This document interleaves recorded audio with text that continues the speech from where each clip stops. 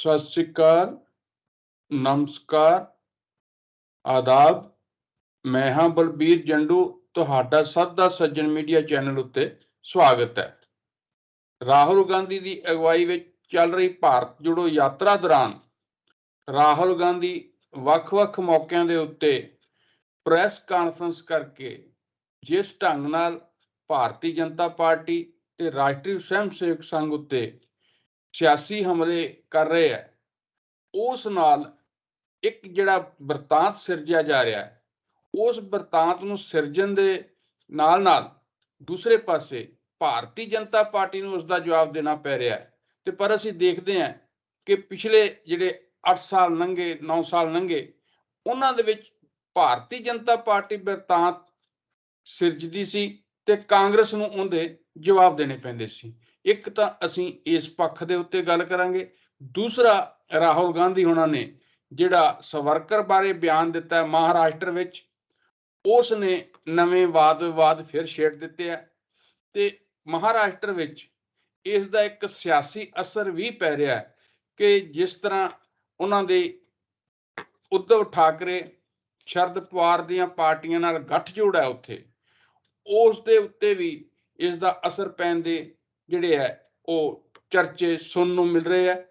क्योंकि उद्धव ठाकरे ने राहुल गांधी के उस बयान के उत्ते जिहड़ा सवरकर बारे उन्होंने दिता है और उहदे विच उन्होंने ये गल कही सी कि सवरकर माफ़ी मंग के बाहर आए, तो उन्हों की वो चिट्ठी भी दिखाई जिंदे विच उन्होंने बकायदा अंग्रेज हुकूमत नूं इस गल का भरोसा दिता कि वो बाहर आण के उन्हों के आग्याकार सेवक रहणगे। इस दे उत्ते भी असीं चर्चा करांगे। ते तीसरा जिहड़ा है कि उन्हां दी जिहड़ी भूमिका बारे वाद विवाद क्यों है कि 1857 तो लैके लगभग 1909-10 तक उन्हां दी जिहड़ी भूमिका है उसनूं एक क्रांतिकारी दे तौर दी भूमिका ते देखिया जांदा है, और उस तो बाद दी जिहड़ी भूमिका है उसनूं दे बारे वाद विवाद है कि किस तरह वो अंग्रेज़ां दे नाल मिल गए और उन्होंने जिस ढंग नाल उदों काम किया वो क्यों इस तरह का सारा कुछ वापरिया, इस नूं असीं अपनी चर्चा च लवांगे। इस चर्चा के लिए साडे नाल जुड़े ने उगे बुद्धिजीवी, उगे चिंतक ते जिन्हां ने इतिहास का बड़ा विस्तार विच ते विशाल अध्ययन किया होया है ते उस तो उन्हां दा एक अपना दृष्टिकोण है, अपना नज़रिया है सारियां चीज़ां नूं देखण दा। ते असीं उन्हां तो जानना चाहांगे कि वो किस ढंग नाल जिहड़ी भारत जोड़ो यात्रा नूं देखदे आ ते राहुल गांधी वालों सिरजे जा रहे बिरतांत नूं ते नाल सवरकर बारे जिहड़ी उठे आ वाद विवाद, उन्हां दी नज़र विच ये किस तरह असर पाउणगे भारत की राजनीति उत्ते ते भारत के भविख उत्ते। साडे नाल जुड़े ने सतनाम चाना जी, ते चाना जी ने ये सारे दे उत्ते अपना एक नज़रिया बनाया। असीं उन्हां तो जानना चाहांगे कि वो ये सारे कुछ नूं किस तरह देखदे आ। चाना जी, स्वागत है प्रोग्राम च तुहाडा। बहुत बहुत शुक्रिया जंडू साहब। चाना जी, ये जो सारा कुछ वापर रहा है भारत जोड़ो यात्रा के दौरान, एक तो ये कि भारत जोड़ो यात्रा नूं जिस तरह का हंगारा मिल रहा है उस तरह की ना तो विरोधी पार्टियां नूं आस सी ते ना ही पहला हाकम धिर नूं आस सी ते ना ही कांग्रेस नूं आप नूं एडे वड्डे पद्धर ते लगदा सी। पर जिस ढंग नाल हंगारा मिल रहा है और जिस ढंग नाल एक नवां जिहड़ा बरतांत लोकां दे विच सिरजिया जा रहा है, इस दे बारे तुहाडा की कहना? जंडू साहब, जिस राजनीतिक वातावरण ਦੇ ਵਿੱਚ ਇਹ ਬਿਆਨ ਰਾਹੁਲ ਗਾਂਧੀ ਨੇ ਦਿੱਤਾ ਆ, ਉਹਦਾ ਮਹੱਤਵ ਜਿਹੜਾ ਨਾ ਉਹ ਕਈ ਪਾਸਿਆਂ ਤੋਂ ਦੇਖਣ ਦੀ ਜ਼ਰੂਰਤ ਹੈਗੀ ਆ, ਕਈ ਦ੍ਰਿਸ਼ਟੀਕੋਣਾਂ ਤੋਂ ਇਹਨੂੰ ਦੇਖਣ ਦੀ ਜ਼ਰੂਰਤ ਹੈਗੀ ਆ। जी ਜੇ ਇਹੀ ਗੱਲ ਉਸਨੇ ਦਿੱਲੀ 'ਚ ਬੈਠਿਆਂ ਹੋਇਆਂ ਅੱਜ ਤੋਂ ਇਹ ਯਾਤਰਾ ਸ਼ੁਰੂ ਹੋਣ ਤੋਂ ਪਹਿਲਾਂ ਦਿੱਤਾ ਹੋਇਆ ਹੁੰਦਾ, ਇਹਦਾ ਪ੍ਰਭਾਵ ਹੋਰ ਤਰ੍ਹਾਂ ਦਾ ਹੋਣਾ ਸੀ। ਉਹ ਕੀ ਆ ਔਰ ਉਹਦੇ ਪਿੱਛੇ ਸੱਚਾਈ ਕੀ ਆ, ਉਹਦੀ ਗੱਲ ਬਾਅਦ 'ਚ ਕਰਦੇ ਹਾਂ। ਲੇਕਿਨ ਜਿਸ ਹਾਲਾਤ ਦੇ ਵਿੱਚ ਇਹ ਉਦੋਂ ਅੱਜ ਤੋਂ 6 ਮਹੀਨੇ ਪਹਿਲਾਂ ਜਾਂ ਇਹ ਸਾਲ ਪਹਿਲਾਂ ਗੱਲ ਕੀਤੀ ਹੋਈ ਹੁੰਦੀ, ਤਾਂ ਉਦੋਂ ਰਾਹੁਲ ਗਾਂਧੀ ਹੋਰ ਸੀਗਾ। ਉਦੋਂ ਉਹਦਾ ਇਮੇਜ ਬਿਲਡ ਜਿਹੜਾ ਕਰ ਦਿੱਤਾ ਗਿਆ ਸੀਗਾ ਪ੍ਰੈਸ ਨੇ ਵੀ ਤੇ ਰੂਲਿੰਗ ਸਰਕਲ ਨੇ ਵੀ, ਉਹ ਪੱਪੂ ਕਹਿ ਕੇ ਉਹਦਾ ਜਿਹੜਾ ਇਮੇਜ ਕ੍ਰੈਸ਼ ਕੀਤਾ ਜਾ ਰਿਹਾ ਸੀ ਉਦੋਂ। ਉਹਦਾ ਤੇ ਹੁਣ ਦਾ ਜ਼ਮੀਨ ਅਸਮਾਨ ਦਾ ਫਰਕ ਪੈ ਗਿਆ। ਯਾਤਰਾ ਦੇ ਨਾਲ ਜਿਹੜਾ ਭਾਰਤ ਜੋੜੋ ਯਾਤਰਾ ਸ਼ੁਰੂ ਕਰਨ ਦੇ ਨਾਲ ਜਿਸ ਤਰ੍ਹਾਂ ਉਹਦੇ ਆਲੇ ਦੁਆਲੇ ਲੋਕਾਂ ਦਾ ਇਕੱਠ ਹੋਣਾ ਸ਼ੁਰੂ ਹੋਇਆ, ਸ਼ਮੂਲੀਅਤ ਹੋਣੀ ਸ਼ੁਰੂ ਹੋਈ, ਆਦੀਵਾਸੀਆਂ ਤੋਂ ਲੈ ਕੇ ਵੱਖ-ਵੱਖ ਕਮਿਊਨਿਟੀ ਦੇ ਲੋਕ, ਔਰਤਾਂ, ਬੱਚੇ ਜਿਸ ਤਰ੍ਹਾਂ ਨਾਲ ਉਹ ਬਿਹੇਵ ਕਰ ਰਿਹਾ ਕਿ ਆਪਣੱਤ ਬਿਹੇਵ ਕਰ ਰਿਹਾ, ਉਸ ਨੇ ਉਹਦਾ ਰਾਜਨੀਤਿਕ ਤੇ ਬੌਧਿਕ ਕੱਦ ਕਾਫ਼ੀ ਉੱਚਾ ਕਰ ਦਿੱਤਾ ਹੋਇਆ। ਹੁਣ ਜਦੋਂ ਇੱਥੇ ਆ ਕੇ ਕਿਉਂਕਿ ਇਹ ਗੱਲ ਦੀ ਉਡੀਕ ਕੀਤੀ ਜਾ ਰਹੀ ਸੀ ਕਿ ਸਿੰਪਲੀ ਜਿਹੜੀ ਉਹਦੀ ਇੰਟਰਪ੍ਰੀਟੇਸ਼ਨ ਕਰ ਰਹੇ ਆ, ਔਰ ਰਾਹੁਲ ਗਾਂਧੀ ਆਪ ਵੀ ਕਰ ਰਿਹਾ ਕਿ ਮੈਂ ਤਾਂ ਸਿਰਫ ਲੋਕਾਂ ਨੂੰ ਭਾਰਤ ਜੋੜੋ ਦੀ ਮੁਹਿੰਮ ਦੇ ਨਾਲ ਇਹ ਕਹਿੰਦਾ ਸੀ ਵੀ ਇਹ ਮੇਰੀ ਯਾਤਰਾ ਨਹੀਂ, ਇਹ ਕਾਂਗਰਸ ਦੀ ਯਾਤਰਾ ਨਹੀਂ ਹੈ, ਇਹ ਰਾਹੁਲ ਗਾਂਧੀ ਦੀ ਯਾਤਰਾ ਨਹੀਂ ਹੈ, ਇਹ ਦੇਸ਼ ਦੇ ਲੋਕਾਂ ਦੀ ਯਾਤਰਾ ਹੈ, ਇੱਕ ਦੂਜੇ ਨੂੰ ਆਪਸ ਵਿੱਚ ਜੋੜਨ ਦੀ ਯਾਤਰਾ ਹੈ। ਤੋ ਇਸ ਤਰ੍ਹਾਂ ਦੀ, ਲੇਕਿਨ ਉਹਦਾ ਜਿਹੜਾ ਪੋਲੀਟੀਕਲ ਕੰਟੈਂਟ ਸੀਗਾ ਉਹ ਨਿਖਰ ਕੇ ਸਾਹਮਣੇ ਆਉਣਾ ਹੋਇਆ ਸੀ ਥੋੜੀ ਜਿਹੀ ਹੋਰ ਥੋੜੇ ਦਿਨ ਪਹਿਲਾਂ ਤੋਂ ਹੀ, ਔਰ ਉਹ ਵੀ ਜਿਹੜੇ ਵਿਦਵਾਨ ਲੋਕ ਨੇ ਉਹਨਾਂ ਨੇ ਲਿਆਉਣਾ ਸ਼ੁਰੂ ਕੀਤਾ ਸੀਗਾ। ਹਾਲਾਂਕਿ ਰਾਹੁਲ ਗਾਂਧੀ ਨੇ ਕਾਫੀ ਦੇਰ ਪਹਿਲਾਂ ਤੋਂ ਇਹ ਕਹਿਣਾ ਸ਼ੁਰੂ ਕਰ ਦਿੱਤਾ ਸੀਗਾ ਵੀ ਮੇਰੀ ਅੰਡਰਸਟੈਂਡਿੰਗ ਕੀ ਹੈਗੀ ਆ, ਮੈਂ ਕੈਪੀਟਲਿਜ਼ਮ ਦੇ ਖਿਲਾਫ ਨਹੀਂ ਹਾਂ, ਮੈਂ ਮੋਨੋਪੋਲੀ ਦੇ ਖਿਲਾਫ ਹੈਗਾ, ਹੈ ਨਾ। ਬੜਾ ਕਲੀਅਰ ਕੱਟ ਇੱਕ ਡਿਮਾਰਕੇਸ਼ਨ ਕਰਨੀ ਸ਼ੁਰੂ ਕਰ, ਪਰ ਉਹਦਾ ਉਹ ਪ੍ਰਭਾਵ ਜਾ ਨਹੀਂ ਰਿਹਾ ਸੀ। ਹੁਣ ਦੂਜੇ ਪਾਸਿਓਂ ਕੀ ਹੁੰਦਾ ਸੀਗਾ, ਜਿਹੜਾ ਲਗਾਤਾਰ ਕਿਹਾ ਜਾ ਰਿਹਾ ਸੀਗਾ, ਉਹ ਅਟੈਕ ਸੀਗਾ ਪੰਡਿਤ ਜਵਾਹਰ ਲਾਲ ਨਹਿਰੂ ਦੀਆਂ ਨੀਤੀਆਂ ਦੇ ਉੱਤੇ, ਔਰ ਜਿਸ ਦੀਆਂ ਨੀਤੀਆਂ ਦੀ ਵਜ੍ਹਾ ਕਰਕੇ ਨੇਸ਼ਨ ਬਿਲਡਿੰਗ ਹੋਈ, ਔਰ ਉਹਦੀਆਂ ਆਰਥਿਕ ਨੀਤੀਆਂ ਦੇ ਕਰਕੇ ਜਿਹੜਾ ਦੇਸ਼ ਇੰਨਾ ਤਰੱਕੀ ਕਰਕੇ ਕਿੱਥੇ ਦੀ ਕਿੱਥੇ ਅਸੀਂ ਪਹੁੰਚੇ, ਔਰ ਉਹਨਾਂ ਦੇ ਉੱਤੇ ਸਿੱਧਾ ਅਟੈਕ ਜਿਹੜਾ ਕਰਨਾ ਸੀਗਾ ਕਿ ਉਹ ਪ੍ਰਾਪਤੀਆਂ ਨੂੰ ਨੈਗੇਟਿਵ ਇਮੇਜ ਦੇ ਕੇ ਲੋਕਾਂ ਦੇ ਵਿੱਚ ਉਹਦਾ ਜਿਹੜਾ ਵਕਾਰ ਆ ਉਹਨੂੰ ਤੋੜ ਦਿੱਤਾ ਜਾਏ, ਤਾਂ ਕਿ ਉਹਦੀ ਰਿਵਾਈਵਲ ਨਾ ਹੋਵੇ ਦੁਬਾਰਾ। ਕਿਉਂਕਿ ਉਹਦੇ ਤੋੜਨ ਦਾ ਇੱਕ ਬੇਸ ਮਨਮੋਹਨ ਸਿੰਘ ਨੇ ਬਣਾ ਦਿੱਤਾ ਸੀਗਾ ਜਦੋਂ ਉਹਨਾਂ ਨੇ ਇੱਕਦਮ ਸ਼ਿਫਟ ਕੀਤੀ ਹੈਗੀ ਆ ਇਕਨੋਮਿਕ ਪਾਲਿਸੀਆਂ ਦੇ ਵਿੱਚ। ਸੋ ਇਸ ਵੇਲੇ ਇਹ ਤੁਸੀਂ ਠੀਕ ਕਿਹਾ ਆ ਕਿ ਜਿਹੜਾ ਅਟੈਕ ਕੀਤਾ ਜਾ ਰਿਹਾ ਸੀਗਾ ਆਰਐਸਐਸ ਦੇ ਵੱਲੋਂ ਜਾਂ ਬੀਜੇਪੀ ਵੱਲੋਂ ਜਾਂ ਉਹਨਾਂ ਦੇ ਆਈਡਲ ਜਿਹੜੇ ਹੈਗੇ ਆ ਉਹਨਾਂ ਦੇ ਵੱਲੋਂ, ਤੇ ਇਹ ਡਿਫੈਂਸਿਵ ਜਿਹੇ ਹੋਏ ਬੈਠੇ ਸੀਗੇ। ਹੁਣ ਜਿਹੜੀ ਗੱਲ ਇਹ ਹੋਈ ਆ ਕਿ ਹੁਣ ਇਹ ਇੱਕ ਅਫੈਂਸਿਵ ਲਿਆ ਜਾ ਰਿਹਾ ਹੈ ਨਾ, ਅਫੈਂਸਿਵ ਲਿਆ ਜਾ ਰਿਹਾ ਆ। ਉਹ ਇਤਿਹਾਸ ਦੇ ਕੁਝ ਪੰਨਿਆਂ ਨੂੰ ਲੈ ਕੇ ਜਿਹੜਾ ਕੀਤਾ, ਔਰ ਜਿੱਥੇ ਜਾ ਕੇ ਕੀਤਾ ਮਹਾਰਾਸ਼ਟਰ ਦੇ ਵਿੱਚ, ਉਹ ਬੜੀ ਮਹੱਤਵਪੂਰਨ ਜਗ੍ਹਾ ਹੈਗੀ ਹੈ ਇਸ ਮਸਲੇ ਦੇ ਨਾਲ ਸੰਬੰਧਿਤ। ਔਰ ਇਸੇ ਤਰ੍ਹਾਂ ਜਿਸ ਜਿੱਦਾਂ ਵੀਰ ਸਾਵਰਕਰ ਨੂੰ ਲੈ ਕੇ ਉਹਦੇ ਮਾਫੀਨਾਮੇ ਦੇ ਉੱਤੇ ਚਰਚਾ ਜਿਹੜੀ ਛੇੜੀ ਗਈ ਆ, ਉਹਦੇ ਨਾਲ ਜਿਹੜਾ ਨਾ ਇਸਨੇ ਭਖਣਾ ਹੀ ਸੀ। ਔਰ ਇਹ ਜਿਹੜਾ ਭਖਿਆ ਹੈਗਾ ਆ, ਇਹ ਨਵਾਂ ਨਹੀਂ ਭਖਿਆ ਜੰਡੂ ਸਾਹਿਬ। ਜਿਹੜਾ ਮੈਂ ਜੀ ਤੁਹਾਨੂੰ ਇਹ ਗੱਲ ਸਪਸ਼ਟ ਕਰਨੀ ਚਾਹੁੰਦਾ ਉਹ ਇਹ ਹੈ ਕਿ ਇਹਦੇ ਉੱਤੇ ਕੋਈ ਰਾਹੁਲ ਗਾਂਧੀ ਨੇ ਨਹੀਂ ਇਹ ਮਤਲਬ ਛੇੜੀ ਗੱਲ, ਇਹਦੇ ਤੇ ਤਾਂ ਬੁੱਕਸ ਛਪੀਆਂ ਹੋਈਆਂ, ਬੜੇ ਵੱਡੇ ਸਕਾਲਰਸ ਹੈਗੇ ਆ ਜਿਹੜੇ, ਉਹਨਾਂ ਦੀਆਂ ਬੁੱਕਸ ਆਈਆਂ ਹੋਈਆਂ ਕਿ ਕਿਸ ਤਰ੍ਹਾਂ ਵੀਰ ਸਾਵਰਕਰ ਹੈ ਜਿਹੜਾ ਉਹਨੇ 1913 ਦੇ ਆਸ-ਪਾਸ ਜਾਂ 1911 ਲੈ ਲਈ ਹੈ, 1911 ਤੋਂ ਬਾਅਦ ਦੀ ਜਿਹੜਾ ਸਾਵਰਕਰ ਹੈਗਾ ਆ ਉਹ ਤੇ ਵੱਖਰੇ ਕਿਸਮ ਦਾ ਸਾਵਰਕਰ ਸੀਗਾ। ਜਾਣੀ ਇਹ ਡਿਸਕਸ਼ਨ ਦੇ ਵਿੱਚ ਹੁਣ ਨਹੀਂ ਆਈ ਗੱਲ, ਇਹ ਲਿਖਤਾਂ ਦੇ ਵਿੱਚ, ਸਕਾਲਰਾਂ ਦੇ ਵਿੱਚ ਜਾਂ ਮੀਟਿੰਗਾਂ ਦੇ ਵਿੱਚ ਇਹ ਗੱਲਾਂ ਤਾਂ ਹੁੰਦੀਆਂ ਰਹਿੰਦੀਆਂ ਸੀ। ਲੇਕਿਨ ਅੱਜ ਦੇ ਤਾਂ ਉਦੋਂ ਦੇ ਇਹ ਲੰਬੇ ਪ੍ਰੋਸੈਸ ਦਾ ਫਰਕ ਕੀ ਆ?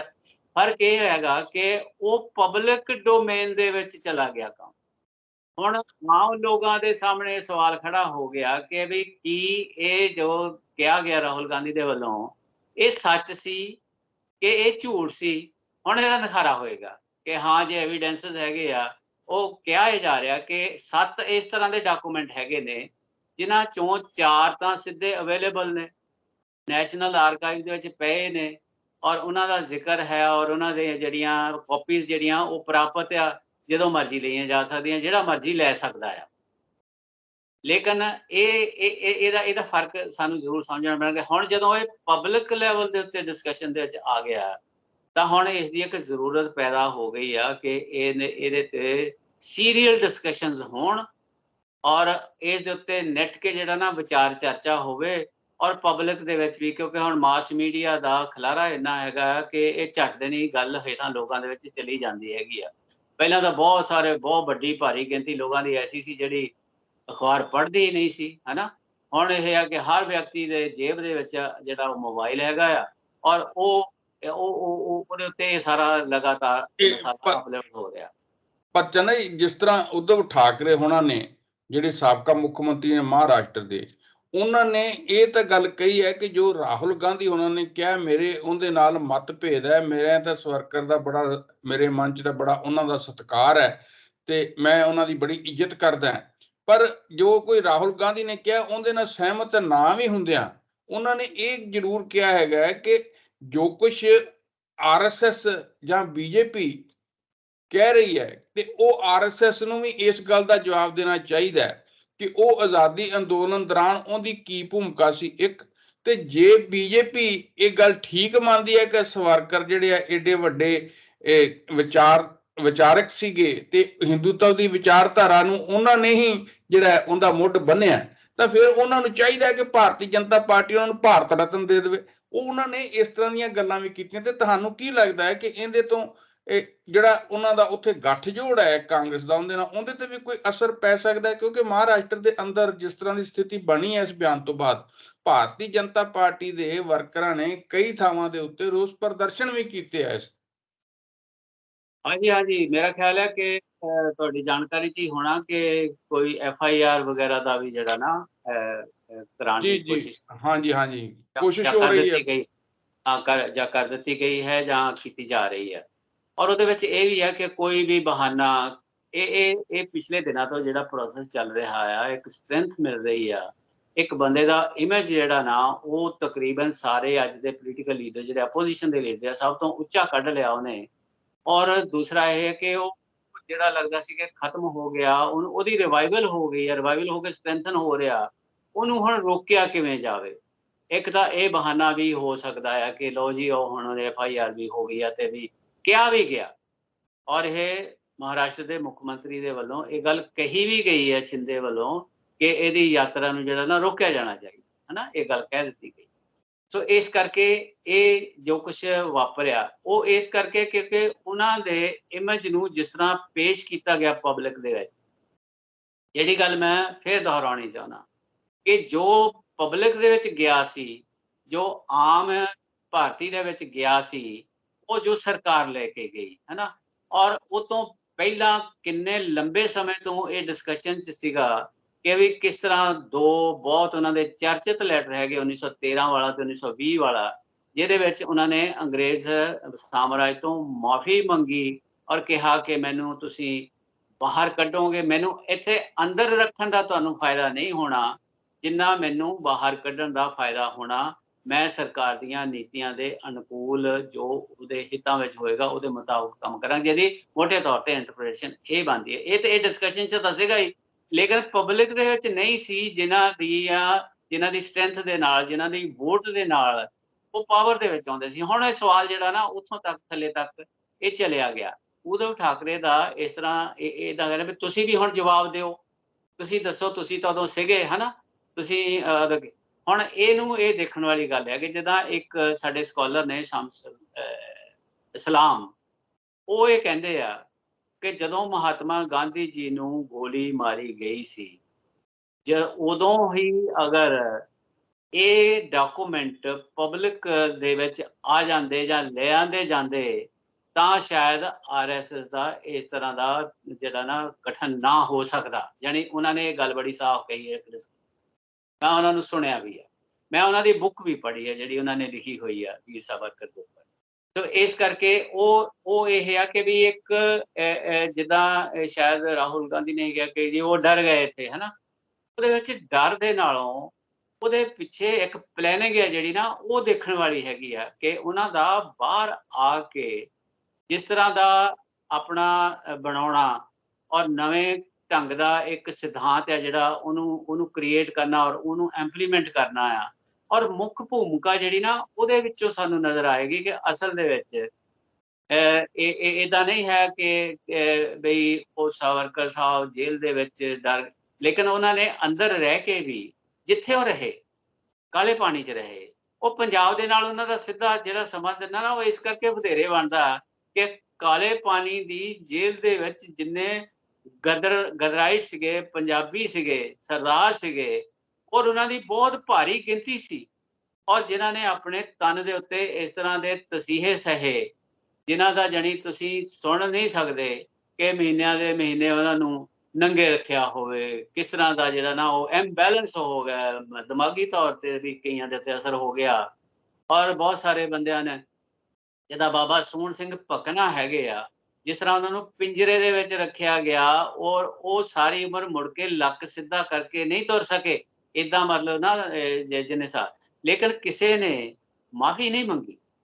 ਮਤਲਬ ਇਹ ਜਿਹੜੀ ਗੱਲ ਦੁਹਰਾਈ ਜਾ ਰਹੀ ਆ ਕਿ ਮਾਫੀ ਨਹੀਂ ਮੰਗੀ ਕਿਸੇ ਨੇ। ਮਾਫੀ ਮੰਗ ਕੇ ਬਾਹਰ ਆ ਜਾਣਾ ਇੱਕ ਗੱਲ ਹੈਗੀ ਆ, ਲੇਕਿਨ ਮਾਫੀ ਮੰਗ ਕੇ ਬਾਹਰ ਆ ਕੇ ਇੱਕ ਖਾਸ ਇੱਕ ਮਿੱਥੇ ਹੋਏ ਪ੍ਰੋਗਰਾਮ ਨੂੰ ਇੰਪਲੀਮੈਂਟ ਕਰਨਾ ਔਰ ਉਹਨੂੰ ਲਾਗੂ ਕਰਨਾ, ਇਹ ਦੂਸਰੀ ਗੱਲ ਹੈਗੀ ਆ। ਇਹਦਾ ਦੂਜਾ ਪੱਖ ਹੈ ਜਿਹੜਾ ਉਹ ਵਿਚਾਰਿਆ ਜਾਣਾ ਚਾਹੀਦਾ, ਜਿਸ ਕਰਕੇ ਮੈਂ ਇਹ ਕਹਿਣਾ ਕਿ ਇਹਦੇ ਉੱਤੇ ਬੜੀ ਨੈਟ ਕੇ ਸੀਰੀਅਸ ਡਿਸਕਸ਼ਨ ਹੋਣੀ ਚਾਹੀਦੀ ਆ। ਦੂਜਾ ਇਹ ਆ ਕਿ ਦੋ ਜੀਵਨ ਦੇ ਉਹਨਾਂ ਦੇ ਦੋ ਭਾਗ ਨੇ।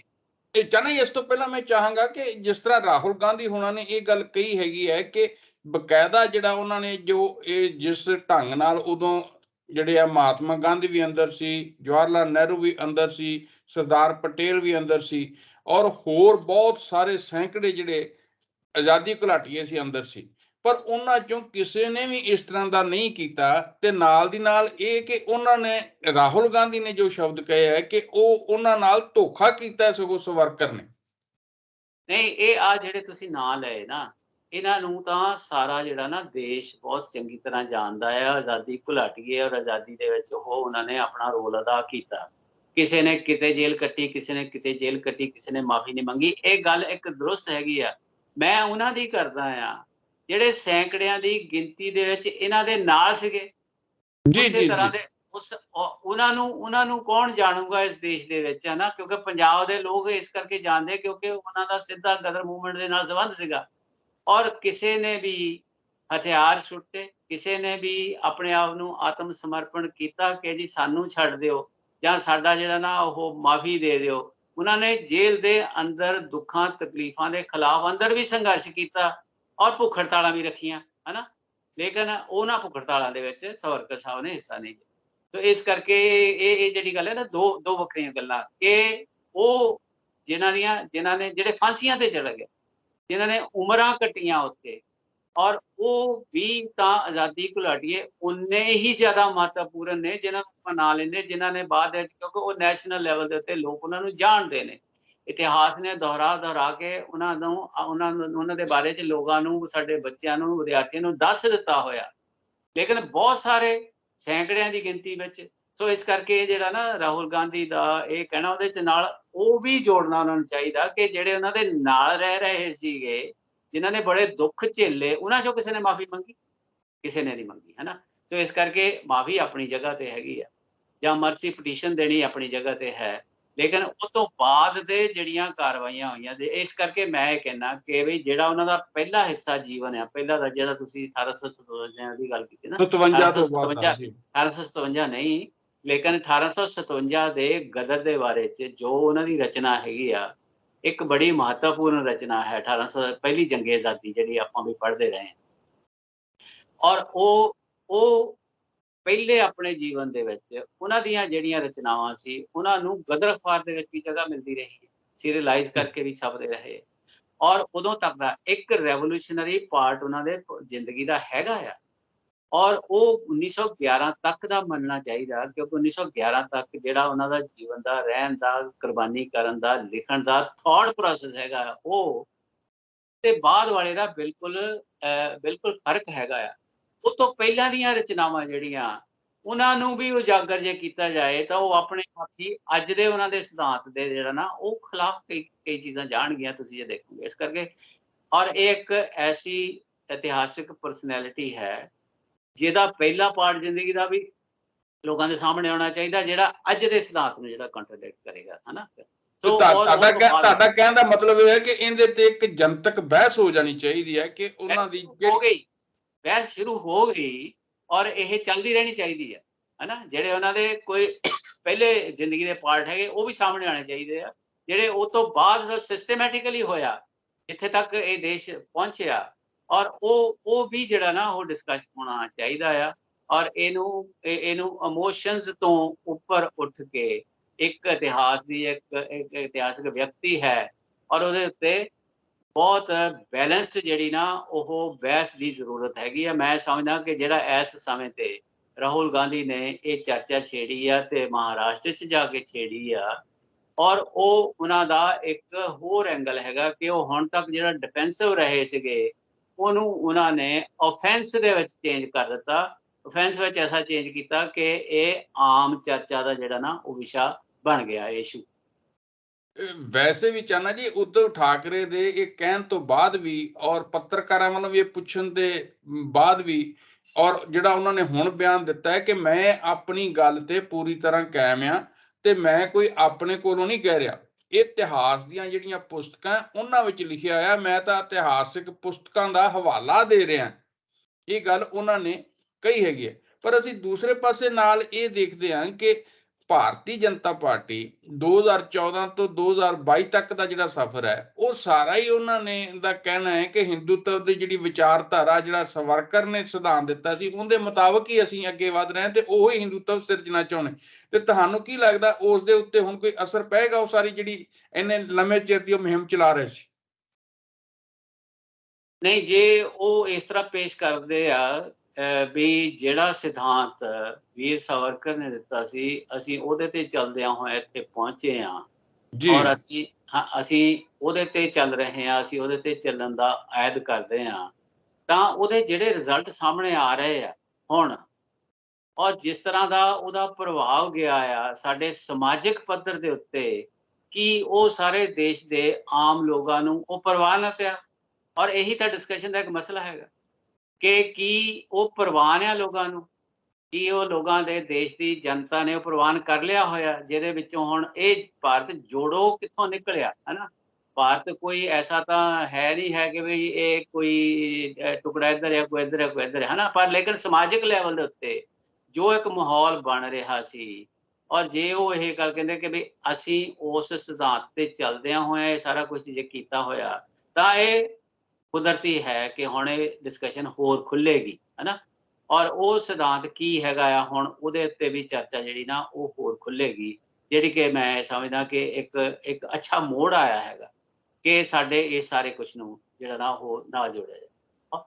ਔਰ ਦੂਸਰੀ ਗੱਲ ਰਹੀ ਇਹ ਜਿਹੜੀ ਤੁਸੀਂ ਭਾਰਤ ਜੋੜੋ ਜਾਂ ਜੇ ਇਹ ਗੱਲ ਸਾਡੀ ਮੁਕੰਮਲ ਹੈ ਤਾਂ ਆਪਾਂ ਅੱਗੇ ਜਾ ਸਕਦੇ ਹਾਂ। ਜੀ ਇੱਥੇ ਮੈਨੂੰ ਲੱਗਦਾ ਕਿ ਚਾਹਨਾ ਹੀ ਸਾਡੇ ਪ੍ਰੋਗਰਾਮ ਦਾ ਸਮਾਂ ਵੀ ਸਮਾਪਤ ਜਿਹੜਾ ਹੋ ਰਿਹਾ ਤੇ ਇਹਦੇ ਵਿੱਚ ਜੇ ਕੋਈ ਆਖਰੀ ਗੱਲ ਤੁਸੀਂ ਕਹਿਣੀ ਹੋਵੇ ਤਾਂ ਉਹ ਹੈ। ਬਾਕੀ ਡਿਸਕਸ਼ਨ ਤਾਂ ਇਹ ਅਜੇ ਲੰਮਾ ਸਮਾਂ ਕਿੰਨਾ ਚੱਲੇਗੀ ਇਹ ਤਾਂ ਅੱਗੇ ਭਵਿੱਖ 'ਚ ਦੇਖਣ ਵਾਲੀ ਗੱਲ ਹੈ। ਔਰ ਜਿਸ ਢੰਗ ਨਾਲ ਇਸ ਦੇ ਉੱਤੇ ਰਾਹੁਲ ਗਾਂਧੀ ਵੱਲੋਂ ਬਿਰਤਾਂਤ ਸਿਰਜਿਆ ਜਾ ਰਿਹਾ ਉਹ ਬਿਰਤਾਂਤ ਕਿਸ ਹੱਦ ਤੱਕ ਅੱਗੇ ਜਾਂਦਾ ਤੇ ਉਹਦੇ ਕੀ ਰਾਜਸੀ ਨਤੀਜੇ ਵੀ ਸਾਹਮਣੇ ਆਉਂਦੇ ਤੇ ਸਮਾਜਿਕ ਤੌਰ ਤੇ ਉਸਦਾ ਕੀ ਅਸਰ ਹੁੰਦਾ ਇਹ ਤਾਂ ਦੇਖਣ ਵਾਲੀ ਗੱਲ ਹੈ। ਪਰ ਤੁਸੀਂ ਜੇ ਇਸ ਦੇ ਬਾਰੇ ਕੋਈ ਹੋਰ ਆਖਰੀ ਗੱਲ ਕਹਿਣੀ ਹੋਵੇ ਤਾਂ ਕਹੋ ਆਪਣਾ, ਕਿਉਂਕਿ ਸਮਾਂ ਸਮਾਪਤੀ ਵੱਲ ਵਧ ਰਿਹਾ। ਦੇਖੋ ਜੰਡੂ ਸਾਹਿਬ, ਮੈਂ ਸਮਝਦਾ ਕਿ ਸ਼ਾਇਦ ਇਹ ਬਹੁਤ ਹਿਚਕਿਚਾਹਟ ਦੇ ਨਾਲ ਗੱਲ ਜਿਹੜੀ ਕੀਤੀ ਜਾ ਰਹੀ ਸੀਗੀ ਜਿੱਥੋਂ ਤੱਕ ਪੰਡਿਤ ਜਵਾਹਰ ਲਾਲ ਨਹਿਰੂ ਦੀਆਂ ਆਰਥਿਕ ਜਾਂ ਉਹਦਾ ਸੋਸ਼ਲਿਸਟਿਕ ਐਂਗਲ ਹੈ ਜਿਹੜਾ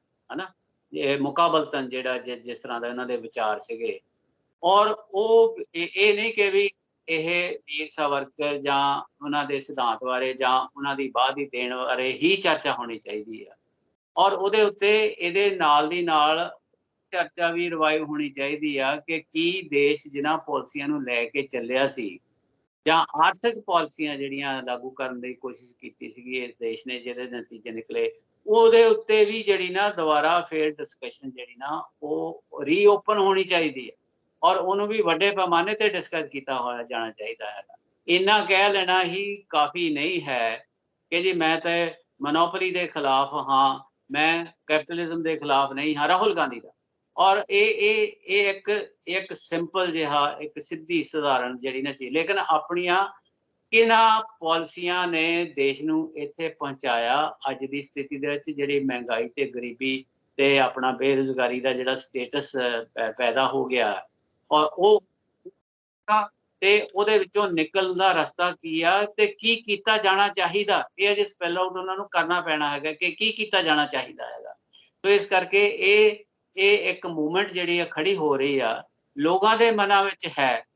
ਲੋਕ ਇਹ ਸਮਝਦੇ ਆ ਕਿ ਆਹ ਕੁਛ ਹੋਣਾ ਚਾਹੀਦਾ, ਕਿ ਉਹ ਸੁਣਨਾ ਚਾਹੁੰਦੇ ਆ ਕਿ ਜਿਨ੍ਹਾਂ ਦੀ ਉਹਨਾਂ ਨੇ ਆਉਣ ਵਾਲੇ ਸਮੇਂ 'ਚ ਰਹਿਨੁਮਾਈ ਕਰਨੀ ਆ, ਕੀ ਉਹ ਇਹ ਗੱਲ ਬੋਲਦੇ ਆ ਕਿ ਅਸੀਂ ਆਹ ਸਿਧਾਂਤ, ਆਹ ਇਕਨੋਮਿਕ ਪਾਲਿਸੀ, ਆਹ ਰਾਜਨੀਤਿਕ ਢਾਂਚਾ, ਆਹ ਸਮਾਜਿਕ ਜਿਹੜਾ ਸਾਡਾ ਪਾਲਿਸੀ ਜਿਹੜੀਆਂ ਨਾ ਉਹਨਾਂ ਨੂੰ ਲੈ ਕੇ ਚੱਲਾਂਗੇ, ਤਾਂ ਫਿਰ ਕਿਉਂਕਿ ਲੋਕਾਂ ਦੇ ਮਨਾਂ 'ਚ ਇੱਕ ਸਿਸਟਮ ਬਣਿਆ ਹੋਇਆ, ਬਣ ਚੁੱਕਾ ਹੈਗਾ ਆ, ਔਰ ਲੀਡਰਸ਼ਿਪ ਜਿਹੜੀ ਆ ਲੋਕਾਂ ਤੋਂ ਪਿੱਛੇ ਚੱਲ ਰਹੀ ਆ, ਉਹਨਾਂ ਦੀਆਂ ਭਾਵਨਾਵਾਂ ਤੋਂ ਪਿਛਾਂਹ ਚੱਲ ਰਹੀ ਆ।